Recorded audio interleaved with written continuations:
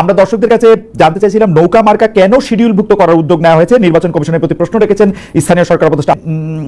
জানতে চাইবো একটি মন্তব্যের জায়গা থেকে, এটা আসলে মাসুদের কাছে একটু জানতে চাইবো, আপনি পূর্বাপর বিশ্লেষণ করে একটু আমাদেরকে বলবেন যে নিউ এজ পত্রিকার সম্পাদক জনাব নুরুল কবির বলেছেন গোপালগঞ্জে এনসিপি নেতাদের উপর যখন ভয়াবহ আক্রমণ হলো পরে সব রাজনৈতিক দলকে তাদের পক্ষে বিবৃতি দিতে দেখেছি, কিন্তু ঘটনাস্থলে এনসিপিকে রক্ষা করার জন্য বা তাদের প্রতি সমর্থন হিসেবে অন্য কোনো সংগঠন এগিয়ে আসেনি। আপনি মন্তব্যের জন্য কতটা তার মন্তব্য আপনি কতটা সঠিক মনে করেন যে এনসিপি কে আসলে একটা বিপদে পড়তে দেখছি, ভদ্রতা করে একটা দিলাম, কিন্তু আমরা কেউ ওই কাজটা করতে চাই নাই, এইটা আপনি কতটা সঠিক মনে করেন? পাশে দাঁড়ায়নি, পাশে দাঁড়ানোর বিষয়টা আমি আপনাকে একটা কথা বলি।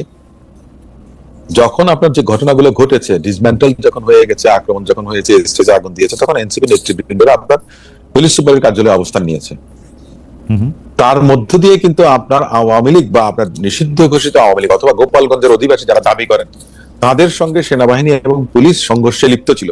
সে সময় সেই সংঘর্ষের মাঝখানে কারো যাওয়াটা খুব একটা যুক্তিসঙ্গত বা যৌক্তিক ছিল কিনা সেটা আমি মনে করি না। বিবেচনা নিজেকে স্বপ্রণোদিত ভাবে বিপদের মধ্যে ঠেলে দেবেন, কারণ ততক্ষণে তারা নিরাপদ আশ্রয়ে চলে গেছেন।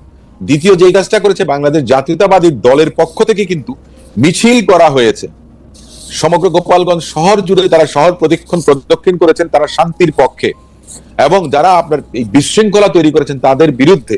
তাহলে বাংলাদেশ জাতীয়তাবাদী দল দায়িত্বশীলতার পরিচয়টা দিয়েছেন যখন প্রয়োজন হয়েছে। অপ্রয়োজনীয়ভাবে আমি কাউকে নিজেকে বিপদগ্রস্ত করার কোনো কারণ আমি মনে করি না।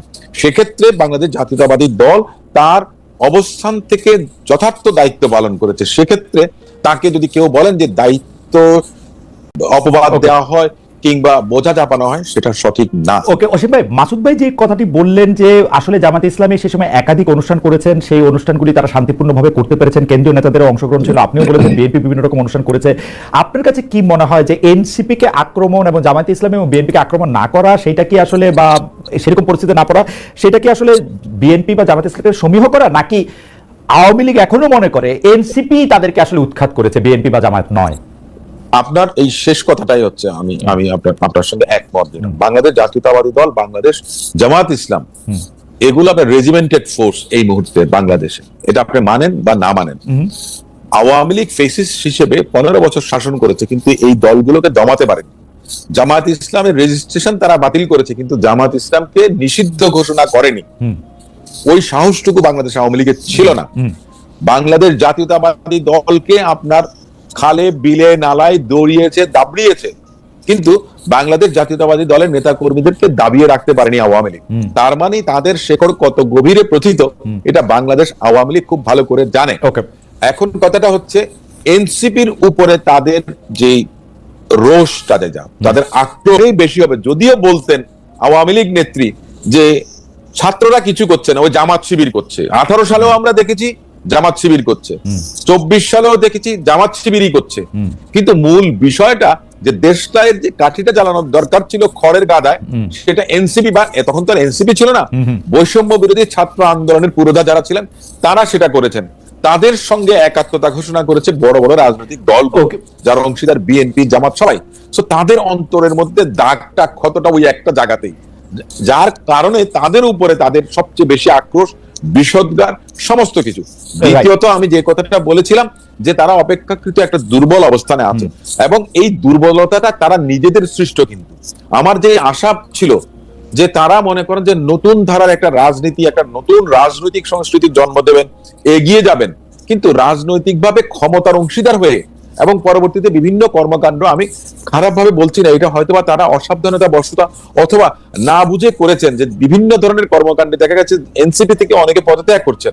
এনসিপির উপরে সাধারণ ছাত্রছাত্রীদের আশা ভরসা নেই। আপনার তো ভালো লাগা উচিত, কারণ এনসিপি তো বিএনপি কেই ফলো করতেছে, তাই না? বিএনপির মতো একটা দল হইতেছে, নতুন দল হচ্ছে না, নতুন বন্দোবস্ত দল হচ্ছে। দেখুন, আমি আপনাকে একটা কথা বলি, আমি প্রতিযোগিতা যখন করি, দৌড়াই যখন, তখন আমি সামনের দিকে তাকাই।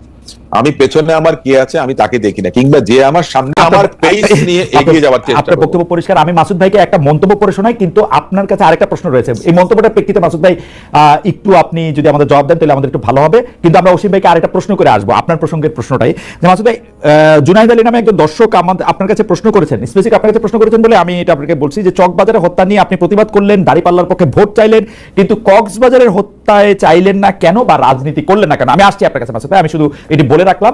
অসীম ভাই, মাসুদ ভাই একটি কথা বলতে চাইলেন বা বললেন আসলে সরাসরি, যে এই পুরো প্রক্রিয়াটি নির্বাচনকে বিলম্বিত করতে, প্রলম্বিত করতে বা এগিয়ে আনতেও এটা ব্যবহার করা হইতে পারে, কেউ কেউ এটা চাইতে পারে। আপনিও কি সেটা মনে করেন কিনা, যে নির্বাচনকে প্রভাবান্বিত করার কোনো